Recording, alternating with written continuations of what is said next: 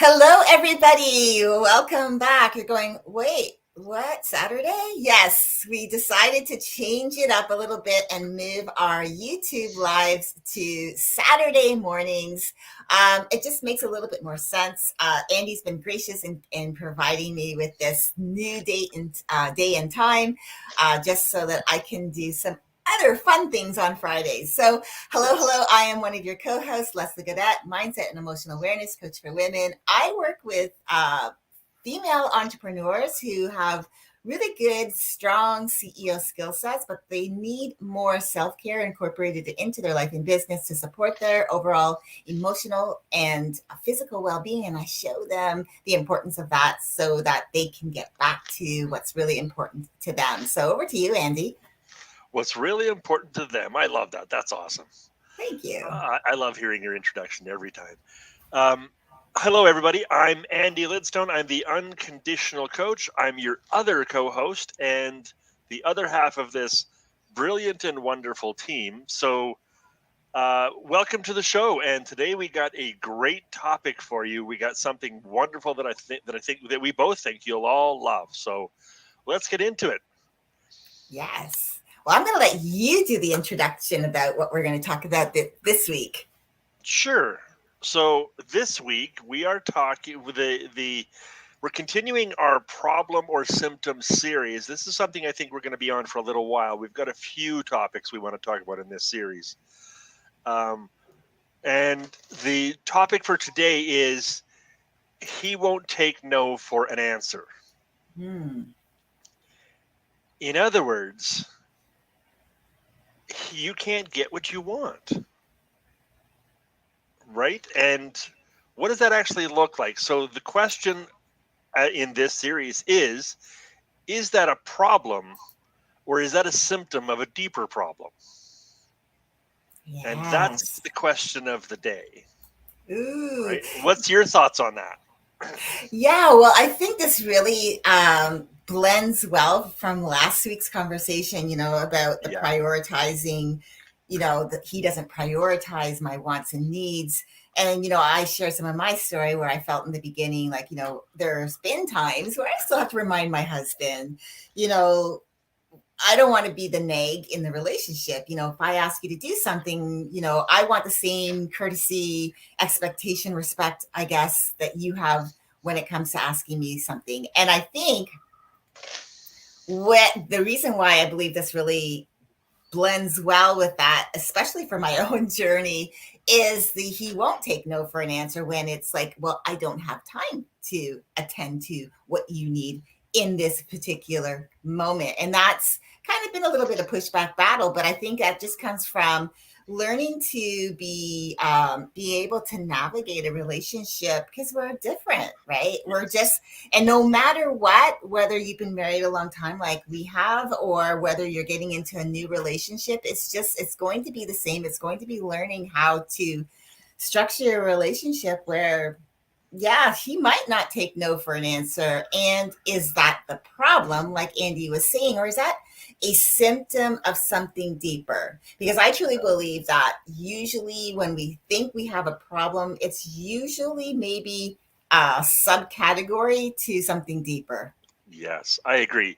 Most of the time, the problems we observe are the surface version of the problem.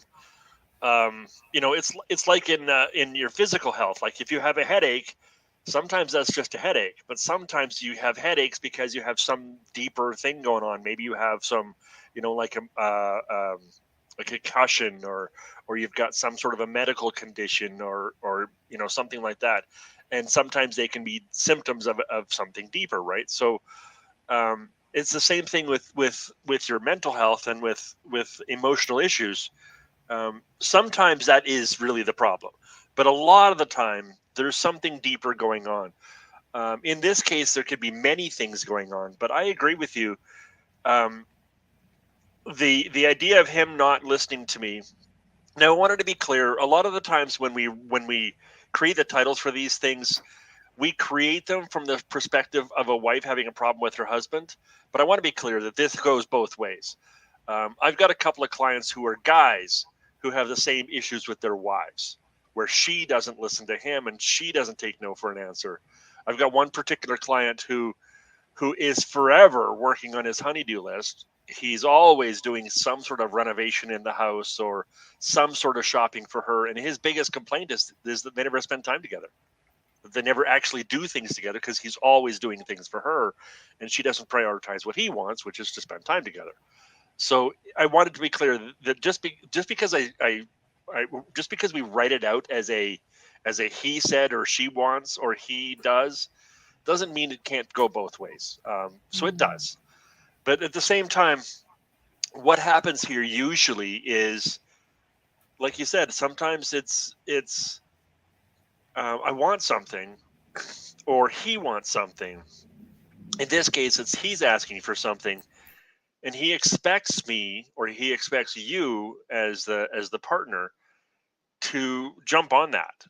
You know, oftentimes when a guy asks for something, he doesn't ask for something that maybe we could do someday in the future. He's asking for something that he needs right away because he's in the middle of doing something and he needs your support to do that thing. What he doesn't get oftentimes is that a lot of the times when you ask for something, it's the same situation. You're in the middle of doing something and you want his support doing, like, finishing that or doing that. So a lot of the times, guys will ask from a certain perspective, but they won't realize that when they're being asked something, it's also from a similar perspective. So when a guy won't take no for an answer, it's usually because he's trying to accomplish a goal that he does need help with. It could be as simple as, making a meal and he the meal prep is too much for one person to do by themselves, so he's asking for help. Or it could be something quite dramatic, like he's feeling a certain way, has a certain emotion, and he doesn't know how to deal with it on his own, so he asks for your support around dealing with it. And oftentimes those are time sensitive. In other words, these are emotions he's feeling right now, and until you're able to support him with that, he won't be able to deal with those emotions, or things like that. But a lot of times guys don't get that. When we ask for something, if we don't give them an option, if we don't give our wives and our girlfriends and our partners an option to say no, that's not a question anymore. It's not a request anymore. And so what is that? Is that because the guy's just, being selfish? Or is it because there's some sort of a deeper problem? Is it because he doesn't understand you or doesn't get your needs? Or is it because there's an issue with communication? Or is it because there's an issue with, mental health on one side or the other? Is it because there's some kind of an other problem going on in the relationship? Maybe you guys have been having an argument, and therefore because of the mood he's in with that argument, he's going to make demands rather than make requests. So what else could be going on to change how he might react or how he might ask questions? Right? Yeah, I love how you frame that all, because I think one of the bigger, deeper things as well, one of the trigger, I guess, is the timing. I think a lot of the time, no pun intended, people don't recognize there really is mastery around timing, timing the conversation, the requests. Sometimes I believe, just in my own personal experience, so when my husband needed something yesterday, as an example, and I was really super busy in the middle of something, because I have a independent contractor's position working for a team of lawyers and paralegals, and I was in the middle of something important that was time sensitive. But he was also deciding in that moment to make his thing that he was in the middle of priority, and not really taking into consideration what I was doing. And so I think it's like that there, and right in that particular moment is obviously a conversation he and I are going to have, not from a place of pointing fingers and saying, you can't do this.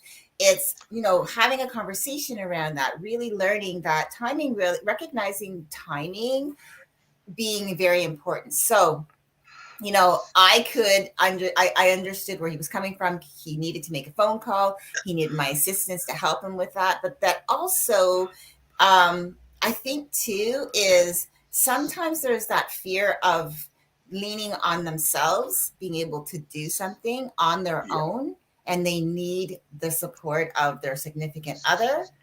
uh, but they don't recognize that, again, it cannot come from a place of demanding, like you had said. Yeah. It has to come from a place from, okay, well, I this is time sensitive for me, I really need your help with it. But also recognizing that if the other person's in time sensitive, how do we come to some kind of compromise? Right.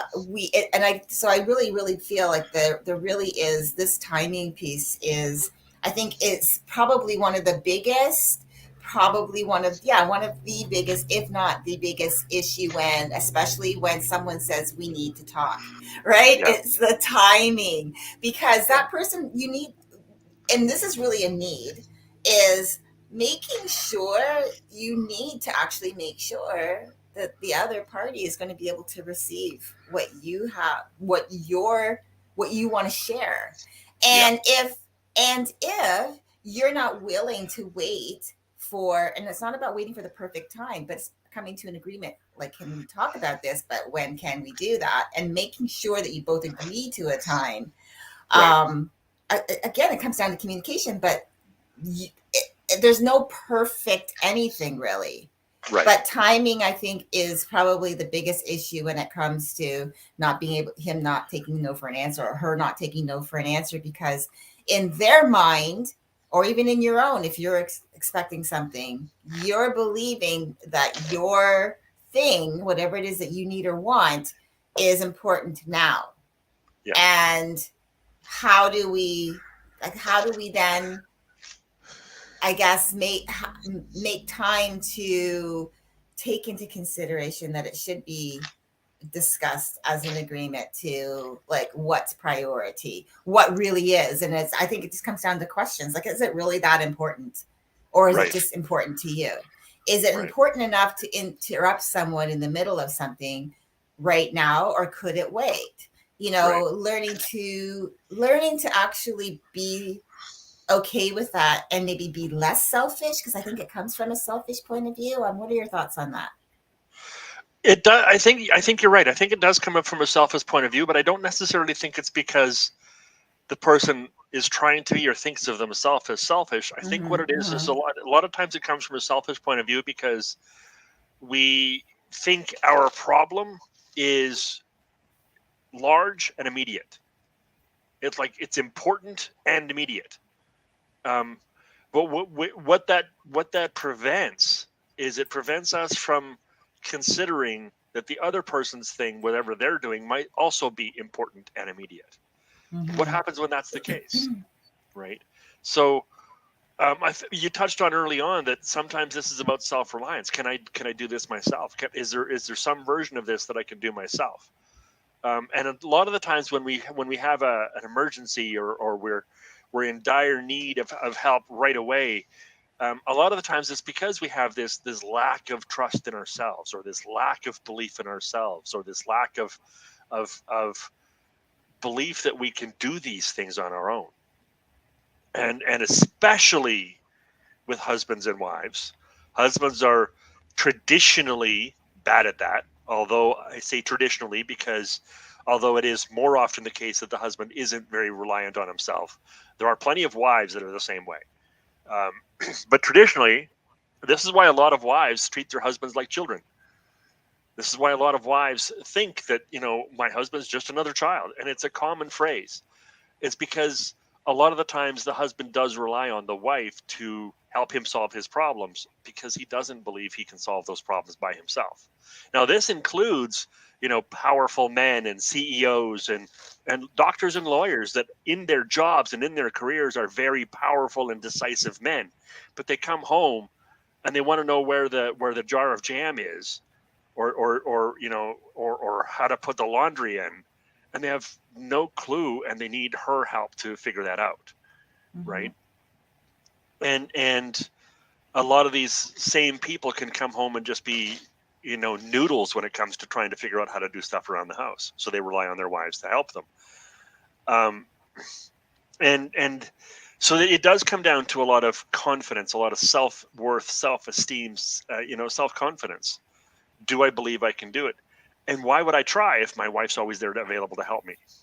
We Right? just touched on it. Yep. Which is some of the deeper problems. Why would I try? So there is that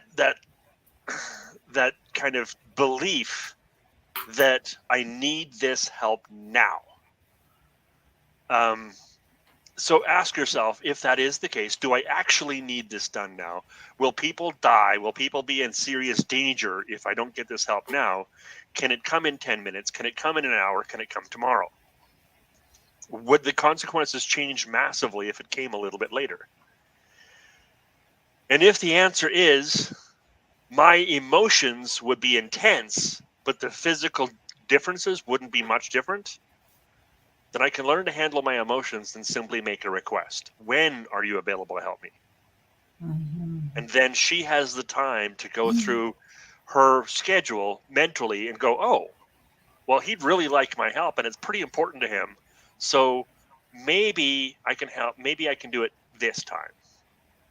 And what I promise you is if you ask, when can I ask for your help, or when can I get your help with this, you're far more likely to get a positive response. But by far more, I mean like 10 times more, 5 times more likely to get a positive response if you ask when. This is what you were talking about with timing. It's if we say, I need this now, then it becomes a demand. If we say, when can you help me with this, that becomes a request. And people love to meet each other's requests. People hate to meet each other's demands. Right? We resist the demands. So when we come to the idea that our partner won't take no for an answer, it's because that partner is coming from a place of desperation, a place of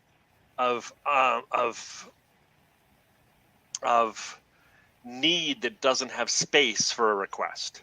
And if that's the space you're coming from, if you're coming from that space, check your emotions, check your feelings. Can it actually be changed? Can you actually do it at a different time? What's the physical consequences of doing it at a different time? Now, sometimes there are real physical consequences, right? When say family's coming over in an hour and there's laundry all over the kitchen and living room, then there is some time sensitive things. If you're asking your husband to help you clean up the laundry and he's watching a football game, well, that football game's not going to wait for him to do the laundry, right? But how important is the football game as compared to making sure the house is clean when the family comes over? Right? Both are time sensitive. The football game's not going away, but the family coming over is not going to delay either. Right? So which one's important? And this word comes down to a form of communication. Can you sit and communicate? This has to get done. It has to get done at a reasonably soon period of time. When can we do it? And when they're not taking no for an answer, when your partner won't take no for an answer, it's because they're coming from a place of feeling like this has to be done right away. So if your partner's coming from a place of not taking no for an answer, you can ask them, can I do it in a little bit of time? You can, on your own, mentally go through your schedule and decide when you're going to have some time to help them. And then ask them. Maybe they're making a demand of you, but you can make a request of them in return. Can I do this? Can I help you at X amount of time? Can I help you in 10 minutes, in an hour, tomorrow? Can I help you when I have the space to do so? If I'm in the bathtub and he wants me to hold something so he can hammer it in, well, it's not very convenient. Right? It's going to be tough for me to get out of the bathtub and help him.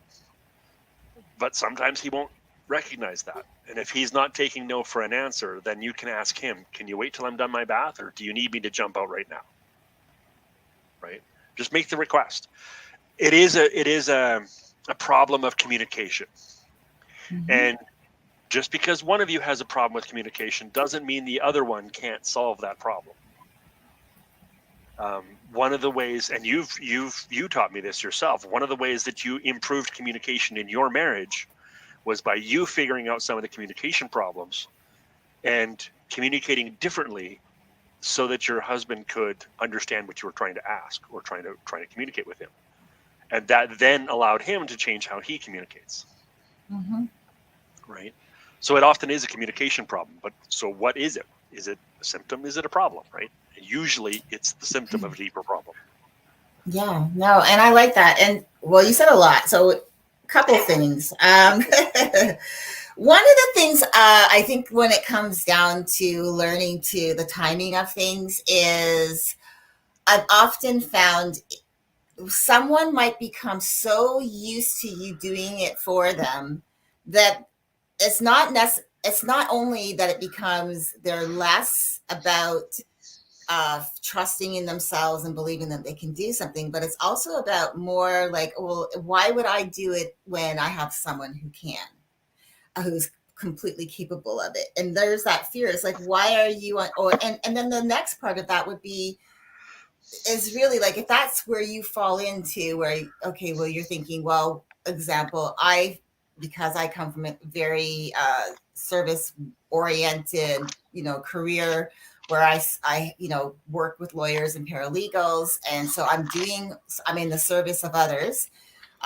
So the question would be, why would he then be unwilling to learn? Like, is that the question he should ask himself? Why am I unwilling to learn how to do X, Y, and Z, so I don't have to always ask my wife to stop everything when I feel it's necessary because it's that important to me, when it's not necessarily, like you would say, life ending, like dire results unless you do it right now. And I think what happens is sometimes I think in that place when you feel like someone is always coming to you asking you to do the same types of tasks, and you're wondering to yourself, well, why don't you learn how to do this? It's really like maybe having that conversation to find out, why are they not learning how to do it? Are they unwilling, or is it something that they really struggle with? And being able to recognize that if that's something they really struggle with and it's a fear of theirs, it's like, don't make them feel badly about it. Right. Be that person open to, okay, he's not very good and not very savvy in when it comes to specific apps on his phone or working on his computer. I work on it all day long, he doesn't.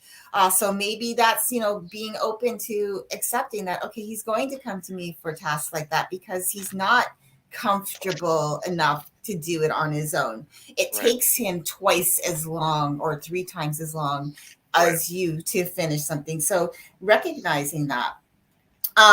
Because if you don't allow yourself to do that, you can become resentful. And I know I allowed myself to go there a couple of times, becoming resentful because I felt like my time was being infringed upon with things that I felt were not immediately necessary to do right in that moment, but he felt that they were important enough to do right away. And it's just learning to communicate. Like, is it really that important? It's like in business, when I'm given multiple tasks, I'll say, listen, what's the priority of these? The time frame, when is it needed? So that I can say, okay, well, I've got this I'm doing right now. I can get to this, the second piece in an hour or by the end of today. And that usually when you can come to with a plan that can fit within a time frame that's not days out, but is in essence, like, you can come to an agreement of like the priority of it.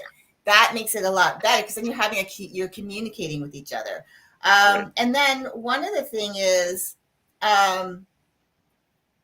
one of the things that came up for me recently was when your partner plans something for you and it's a demand rather than a request.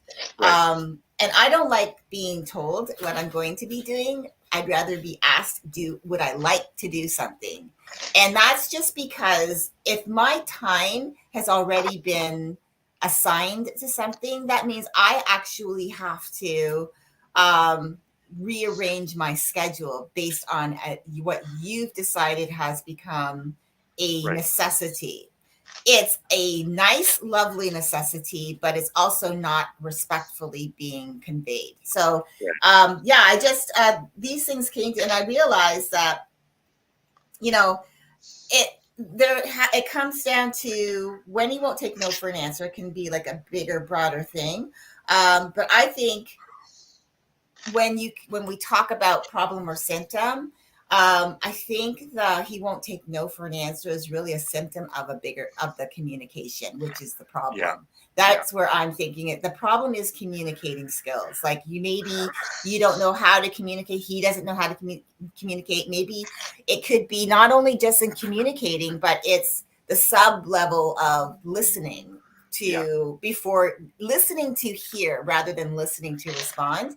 Yes. And that's just like unlearning an old habit and teaching yourself something new. That's when you said around my learning how to communicate with my husband came from me deciding and taking the steps to learn how to listen, to Right. hear, so I could understand his point of view before responding. Right. And that in turn has, again, the ripple effect is he's learned how to do the same. Right. Is it like perfect? No, because this is a conscious effort. And it's not just like, oh, you just do it once and that's it. No, it's a Right. conscious effort to do daily, weekly, monthly, to keep the marriage working. So I like I said, there was so much that you said. I wanted to unpack that a little. Yeah. Yeah. And one of the first things you brought up too is sometimes he doesn't feel insecure or feels insecure. And again, we both talked about this a little bit. I wanted to add a level to that. Sometimes I used to ask my wife for things, not because I wasn't very good at them, but because she was much better than me. Um, there was a lot of things that she was really good at that I just was at best mediocre. Um, so a lot of, especially a lot of people who are familiar in business, especially in the higher end where they're managing other people or managing projects or trying to coordinate things with a team of people, um, you tend to learn to work on each other's strengths, right? And if we do that in a relationship, it can work the same way. If I'm better at the laundry and she's better at the dishes, then why would we do each other's jobs, right? If I'm better at building stuff and she's better at looking after the kids, then why would we do each other's jobs? And it could be the other way around. Maybe I'm better at looking after the kids and she's better at building stuff. I mean, it could be both ways. So sometimes when he won't take no for an answer, oftentimes it's because he assesses you as better at something than he believes he is. It's not necessarily an insecurity. He might be okay to do it himself. He just knows that you could do a much better job much quicker. So when he won't take no for an answer, oftentimes it's because he just knows that it would become a better job. Like oftentimes when I would ask my wife to get some help, for our family. We were going to move or we were going to have a backyard barbecue. Instead of me going to our friends and saying, would you come or would you help us? I would get her to go to our friends and ask them because they would more often respond positively to her than to me. Mm-hmm. But at the same time, if she didn't want to do that, I would do it. It was a request. Right? So not taking no for an answer is a demand. Now, if he's not taking no for an answer, ask yourself why he's making the demand. If he asks you something and he doesn't let you say no, why? Is it because you've habitually let him do what he wants? Is it because he believes you're just better at this than he is? Is it because neither one of you or one or the other of you doesn't know how to communicate the timing or the need? Is it because you asked him, would you please do this thing for me? Or he's asking you, would you please do this thing for me? And when you say no, he says, but I need you to do it anyway. That's part of not taking no for an answer. But it could also be that maybe you just said no without an explanation, and he wants to give the explanation to try and convince you. That's not the same as not taking no for an answer. That's simple negotiation 101. Putting in our reasons is negotiation. That's not taking no for an answer. It's not manipulation. It's trying to come to a compromise. So if he gives a reason, you give a reason, and then see if you can come to a compromise. That's not the same as not taking no for an answer. So again, that's another communication issue. Are you assuming he won't say no? Have you even asked him? Have you just said, I want to go out for dinner tomorrow night, and he hasn't responded? Or he says to you, I'm going to take you out for Valentine's Day, and he doesn't let you say yes or no? Was there even a question? Like, did you say, well, are you sure I want to go out for Valentine's Day? Like, are you sure this is what I want to do? Have you asked me? When he won't take no for an answer, ask where the breakdown is. Figure out where the breakdown is. Is it because he doesn't trust himself? Is it because he thinks you're better at something? Is it because he wants to surprise you? Is it because he wants to be the man and take charge? So oftentimes that's the case when they're not taking no for an answer. They're trying to be the masculine. And trust me, ladies, a lot of you ladies ask for this, but you don't ask for it in the way that we do it. Mm-hmm. You ask for us to be more masculine, more taking charge. And then when we take charge in an area you weren't willing to give up authority for. Mm-hmm. Right? So again, that's a communication issue. When you ask us to take charge, be sure to be clear about which areas you're willing to let go of. Right? It's all about communication. Like you said, this is usually a symptom of a deeper communication problem. And sometimes those communication problems are also symptoms of self-worth, self-esteem, trauma, other deeper problems. So even the communication could be a symptom of something. Mm-hmm. So this is what we were talking about last time. Sometimes it's a symptom of a symptom of a symptom of a symptom of a problem, right? We don't even know what the deeper problem is until we get deeper, which is, of course, where getting support comes in, because then you can get support from an outside source who can help you figure out what the deeper problem is. So that's my thoughts. It really does come down to what actually is the problem. If he's not taking no for an answer, ask yourself why. Mm-hmm. And the longer you've been with him, although you think you might know him after 26 years of marriage, there's a pretty good chance you've made some assumptions early on that you're still acting on. Mm-hmm. Ask yourself, really, have I actually sat down and had a conversation with him about why he doesn't take no for an answer? Mm-hmm. Right? Which is what you did. You sat and listened to him to figure out why. Even though you'd been married for a really long time, and theoretically you should know him. But well, it's so funny that you say that. So, like I said, new day, new time, right? Yes. And that this is a byproduct, this new arrangement of something specifically. I love to share about myself. I love to be an open book, and that's just because maybe somebody out there really needs to hear that, oh, I'm not alone in this. So my husband came to me and said, I have signed us up for couples golfing on Fridays at 12:30. Now, I have already prearranged for the past and have been doing this for the past 10 months with Andy, this podcast or this YouTube. And it's usually at 1:00 Eastern. So the disconnect is, how did you determine that 12:30 on a Friday, when I go live at 1, is going to work without asking me? And so this is where he was taking no for an answer. He said, no, I've signed us up. I want us to do this.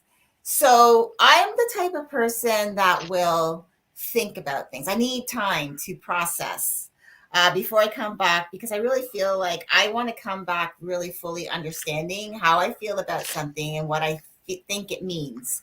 Right. And so we had a conversation the next day, and I said, look, I can maybe at the most commit to 2 Fridays a month, but I'm not going to commit every Friday. because I might have other things that I want to do and I might be busy. Work might just pick up and I'll be busy. And that was a compromise. But then I also, on top of that, had to then make another compromise with this YouTube show with my partner, Andy. And he was gracious enough to be able to say, yes, this works for him. So I didn't even really give Andy that much of a choice other than we need to change it. So whatever day it was and time, we would have worked it out, but we talked about, like, would this work for you? Would this work for you? And we finally came to the conclusion that this was a good time. But you asked. But I asked. It wasn't a demand. It wasn't a demand that it has to be today and at this time. So I recognized something in that the reason why he's not taking no for an answer is not because we're not communicating, but it comes down to spending time together. Our relationship needs to be nurtured more, because we spend time together, but he wanted to find a way for us to really spend time doing something together that we both love to do, in an environment where it allows us to connect with other people as well, and doing something fun and getting me away from my laptop. Because he knows what I'm like. He knows that I can sit here for hours at a time, sometimes forgetting to take my own self-care tips and strategies for myself. And so he recognizes that. And as I started thinking more on it, I recognized that that's where it was coming from. It wasn't the deeper issue it wasn't communication. It was, we're not spending enough time together. That's the problem. The symptom of that problem for me was that he was not taking no for an answer. It was, this is what we're doing. And so I learned to recognize it. Of course, we're in the self-development world, so we understand that, but it can be really hard to unpack when you are in a relationship and someone is demanding to you that this is what we're going to do. So it comes from somewhere, and that then allows you to take a step back and look, okay, well, why is he reacting this way? Why is he telling me that this is what we're going to do? Why is he saying that we're going to start on Fridays playing golf every Friday at 12:30? Now we were able to compromise that, but where is that coming from, right? And then allowing myself to go, okay, a little deeper. Okay, well, this comes from our relationship. So is he seeing a lack in that? Now I can do this all by myself because I've been doing this a while, but I also recognize to have the conversation. Yes. And I did. I had a little bit of a conversation with him around it. We had a compromise. We also talked about and the reasoning, and I understand where that's coming from. It's coming from, I want to spend more time with you. We'll be married almost 27 years in February. So we're now in the latter half of our lives. We're in the last half of our lives. We're in our golden, we're both, he's 62 this year. I'm going to be 60 in February. So we're in that time period of our life where now he wants us to really start spending that quality time together. And I love that, because that's one of my love languages, is quality time. Exactly. That's a good thing. And he's recognizing that. Right. And so I think that's the beauty of learning to actually take a step back and ask yourself some questions, and then being able to, once you've had time to reflect upon it, go and have that conversation with your significant other who's saying, like, no, the answer is yes, and finding out why, like, where's that coming from, and being open to hearing what they have to say from their perspective, and having that conversation and being able to build from there. Because demands usually are coming, a lot of the time demands are usually coming from a place, especially something like this, from a place that it has to do more on maybe a lot of the time I've found for myself is it's coming from a place of a good place, but it's just not being articulated in that way. Right. He's trying to solve a problem for both of you, a problem that both of you have, and both of you have communicated. Exactly. Right. But it's learning to be able to open yourself up to that. And that's okay. It's not a bad thing, but it's being open to not being resentful, not pointing fingers, not saying you're being demanding and bossy. It's about recognizing that there's a deeper reason for that demand in particular. So, when I recognized what it was, it became even, I mean, it was beautiful. Like he's really taken an interest in my self-care. I don't know if you noticed, I have a new chair. Yeah. He's really taking care. He even bought me a golf bag for my clubs. I mean, he's taking an active interest in my overall well-being. And that comes from a place of love. And so it's just learning to just like open my eyes and my ears, listen more, like start looking around and seeing what the changes are, and start thinking about it, like, from their perspective, ask questions. One of the things I love is Judge Judy. We used to watch her a lot. I love what she says. God gave us two of these and one of these for a reason, right? And it was just listen before you respond, right? Yeah. So yeah. Well, and I think that's the key is, I know a lot of couples, and I brought this up a little bit ago. A lot of couples think they know each other. I have a lot of the couples that I deal with. The biggest problem is that each of them makes assumptions about the other. I know him, this is what he always does, or I know her, this is what she always does. So what? That information has less than zero value unless you ask them and take their words at face value. It doesn't matter what your assumptions are. Mm-hmm. I'm not suggesting your assumptions are wrong. I'm suggesting your assumptions might not be valid in this circumstance. Mm-hmm. When your husband asks you to go golfing on Friday afternoons at 12:30, you could tell yourself he just doesn't care about me. He's just not listening to me. He's just being selfish. He just wants to interrupt my YouTube channel. He just wants to, whatever. Or you could ask him, why did you do that? Right? And he said, because I want to spend more time with you, because I want to get you out of that chair. I want to get you away from that computer. He can tell you what his reasons are. And if you actually listen to the face value of those words instead of making a bunch of assumptions about why he's saying what he's saying and trying to find the ulterior motives, this is what happens with a lot of couples when they're conflict, is they're reading between the lines. They're reading the ulterior motivations. They're trying to figure out what the underneath stuff is. Who cares? Take it at face value. Mm-hmm. If you're always trying to find the ulterior motive, a person can't be honest with you, because when they're honest, you still don't believe them. Mm-hmm. So instead of making a bunch of assumptions or looking for ulterior motives or looking for other reasons why people are doing stuff, ask them, believe their words, and hold them to those words. Mm-hmm. Right? Hold yourself to your words.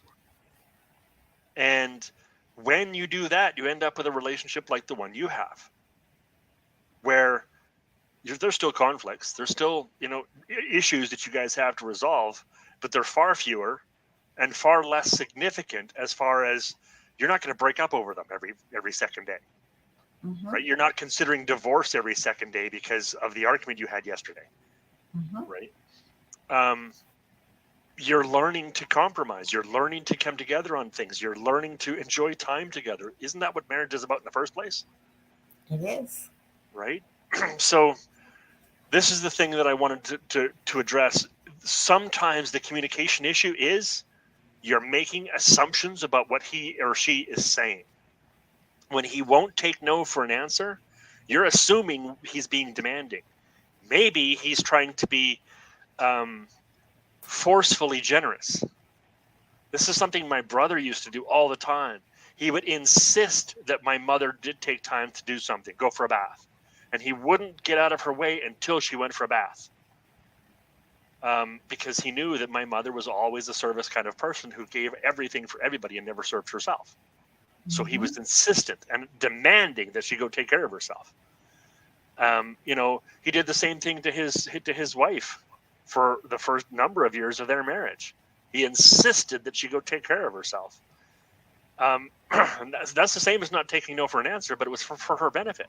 What he didn't realize is there was a better way that she wanted to do that. There was a different way she wanted to do that. And he could have communicated to her that I need you to take care of yourself. It hurts me that you don't take care of yourself and all these kinds of things. There was a better way for him to communicate too. So it was a communication issue. But oftentimes when he won't take no for an answer, oftentimes it's because he's trying to give you some kind of a benefit he believes you need. He's not being entirely selfish. He's just trying to be generous and not doing a great job of it. Right? Yeah. Yeah. And I think it really just comes down to find, and this is something he can work on as well, like learning how to express that he's actually what he's asking for you to do from a perspective where he won't give you the option to say no. Is his motive could really be like starting off, look, we don't spend enough time together, and so what I've done is I've signed us up for golf every Friday at 12:30. Right. Exactly. It was not approached that way, but again, it's just learning over time how to speak to each other. Again, it's not you do it today and you're never going to revisit it again. Does that mean that if I have this conversation around it again down the road, that I'm not going to be faced with similar demand that is really a benefit for me or for us, but it's not coming across that way? It doesn't mean I'll never face that again, because that's just what life is all about. You're two human beings with emotions and thoughts and the way you think and how you process information, and you might experience something the same but completely come away with a different idea of what you just experienced. And that's just how we're wired, and that is okay. And a lot of that is just based on how we grew up, the things that we learned, how we learned to process information, how we learned to process ideas and create things, our own meanings around things, so that when we're together with somebody else as we're older, the way are wired is how we came into the picture, and the way they're wired is how they came into the picture based on their life experiences. It's just learning how to, okay, that was then, let's talk about right now. How can we work together right now based on who we are, and getting to know each other? And it's okay. And again, coming back to like yesterday, as I was saying, it was, I need you to help me right this second. Like it became a demand, and it was just based, I think, on a little bit of the fear, or not necessarily maybe the fear, but I think you can do it so much faster than I can, so much better, faster, because I need it done faster. For me, I'll take forever to do it. And I know that if you do it now, it's going to be done in 5 seconds, where if I do it, it's going to take me an hour. Right. Learning to recognize those patterns. And I started to recognize those patterns. And one of the things I know that is still a work in progress for me is recognizing he's coming from that place and not becoming resentful that he's pushing into my time when he needs something for him right now. And because it has become an immediate need in his mind that it has to be done right now. And so I'm learning that. And then, so like I said, we're coaches. This is what we do. It doesn't mean that we're not human, because, I didn't give up my humanity once I became a coach, and then I like nothing ever. I tried to. I tried to. Yeah. But they wouldn't put it back.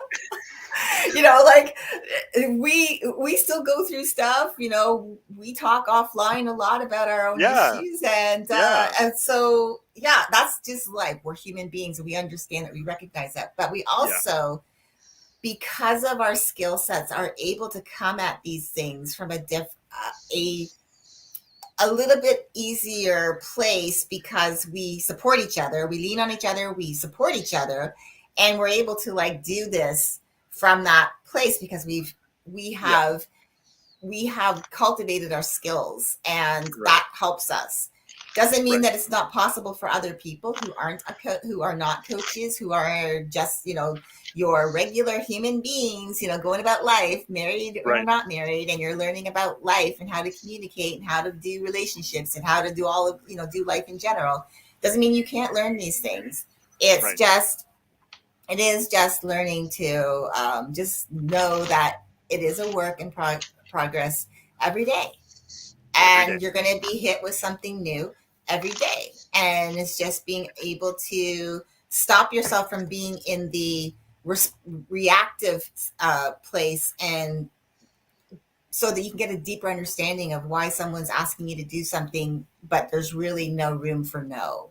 It is Yeah. that I'm not asking you, I'm really just telling you, but it's just a way of, like, asking in a way where I'm not giving you an out, but it's really a demand. And so where is it coming from? Right. And again, someone could actually be trying to control you. They could be demanding and they haven't learned how not to. Where does that come from? Well, maybe it came from their childhood where they felt like people were always controlling them. And now they're older and they're in a position to do that. And you're giving them that freedom. Right. So then that's a whole other thing we can unpack someday. Right. But yeah. Exactly.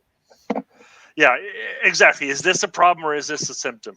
It's a problem when when you don't normally have this problem. Mm-hmm. When normally he asks you questions and he lets you respond and he gives you input or lets you give input.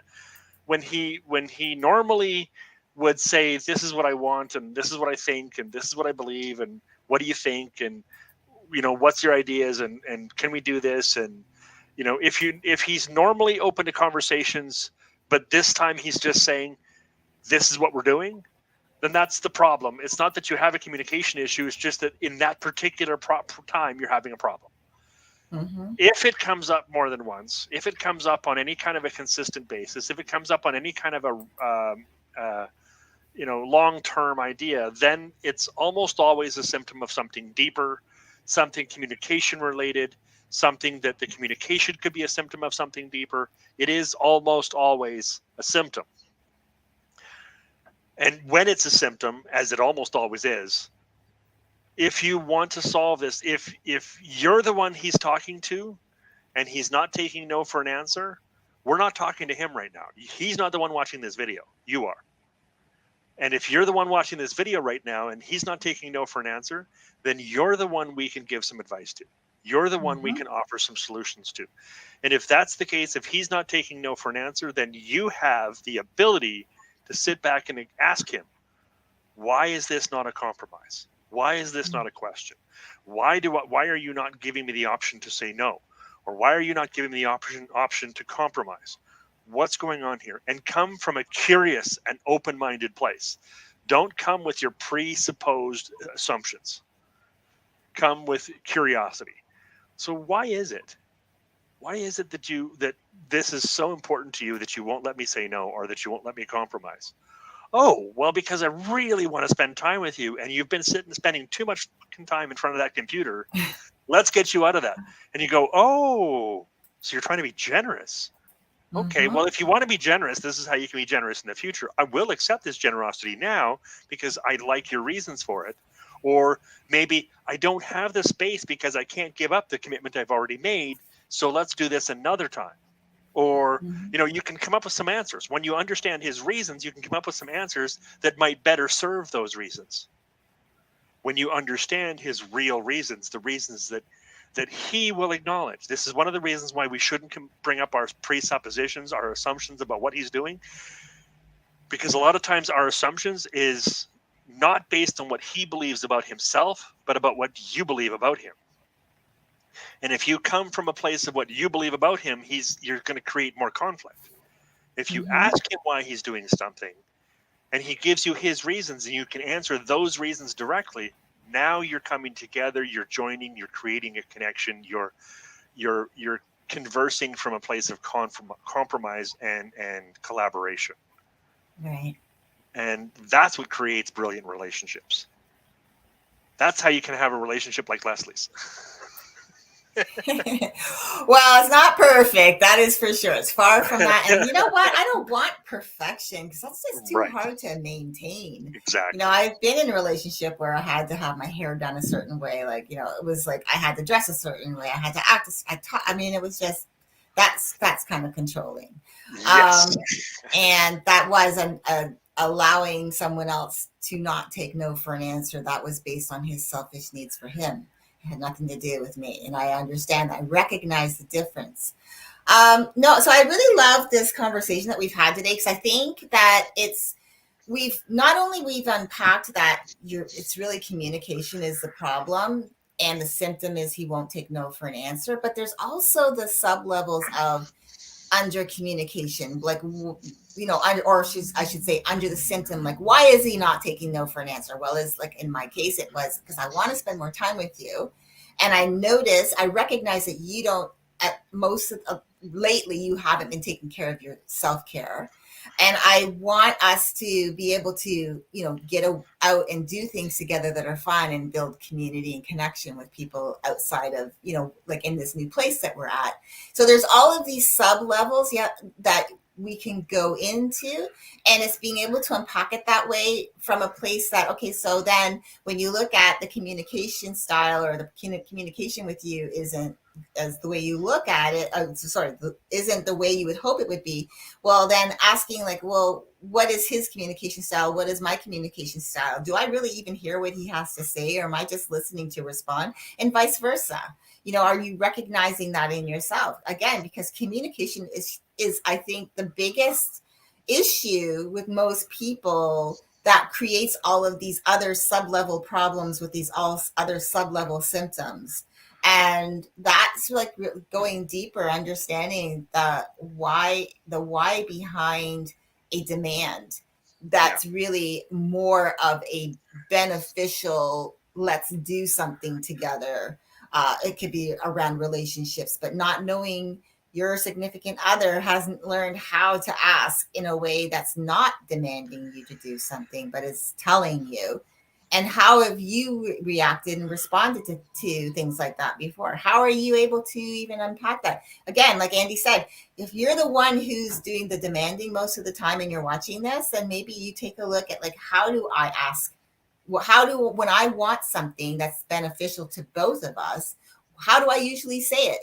Is it like, you're doing this, or I'd like this X, Y, and Z because it will benefit us A, B, and C.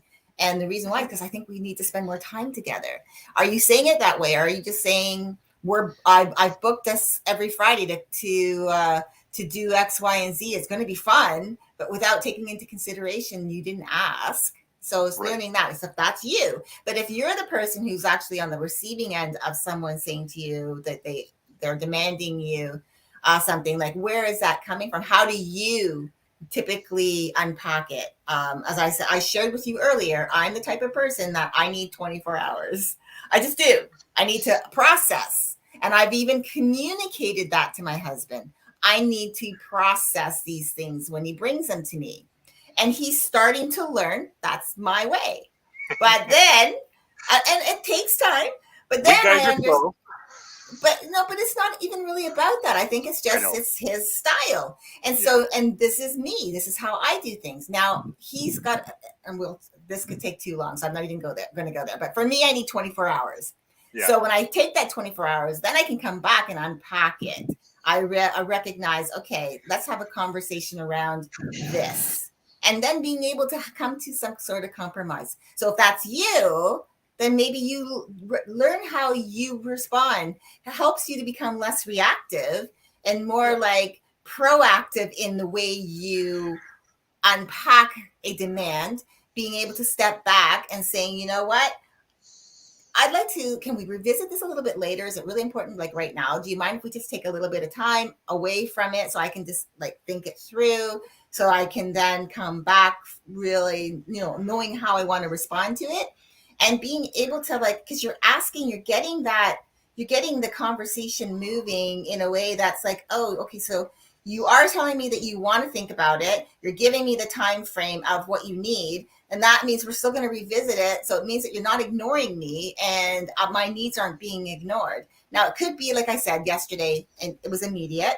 I've recognized it comes from the lack of understanding of computers and me being able to do something quicker to help him. So that, and that's something that I'm learning. Like, oh, when he does that, I have to remind myself it's coming from a place of, I don't feel confident here. I know that you are capable to do something. Can you please help me? So Yeah, just and learning, right? I wanted to reformat that too, because my wife used to think of that too, that it was because I was coming from a place where I didn't feel confident. But Mm-hmm. oftentimes it's the opposite. I do feel confident, just you're an expert, Right. Yeah. right? That could be the other part too. It's not that I lack the skill, it's that I complement your version of the skill. Mm-hmm. It's not that I'm feeling less than myself. It's that I'm feeling you're more than, Mm-hmm. right? Yeah. So it's not necessarily a low self-esteem, low self-worth, low self-confidence. It's often a praise of my partner. And that's the part Yeah. that I had difficulty getting through to my wife. Is it's not that I feel bad about me doing it, it's that I really prefer when you do it because you're just so much better at it than I am. Yeah, and I like that you reminded that, just to unpack that last part of it, because it is just not necessarily like I look to my husband for specific things that I feel that even though I'm capable, can take the time to learn it or to do something, I feel more He's just better at confident it. in him. He's better at it, and he's Yeah, just his, I believe his skill set in that area is better. So that's okay, and right, there's nothing wrong with that. So right, anyways, we've gone over the exactly. hour. And I knew we would, but this has We always been do. spectacular. What a wonderful conversation. Thank you all for like allowing us or giving us the permission to invade you on a Saturday morning. Invade your space. Oh, actually, no, we're not invading your space, but we're actually very happy that you have shared your time with us, shared your energy with us. And as always, we would love it if you could and share, subscribe to the channel, but it's really just so that the algorithm gets out there and starts sharing this channel to other people who really need to hear the message, because we are what we want is to help other people, and having them to have thought-provoking conversations to maybe even start thinking maybe a little bit more deeply around Yeah, the topics that we've been sharing on. So yeah. that's why we ask you to like, share, comment, and all of that. If you have, and subscribe, and if you have any questions around what we talked about today, please put them in the chat. We will respond, or you can check in the about section and you can email us directly. If there's anything as well, if you want to hear on a topic, either comment in the chat or definitely just reach out to us, and we've been more than happy to see if we can fit something into our schedule. We're always looking for topics, but of course, Andy and I we have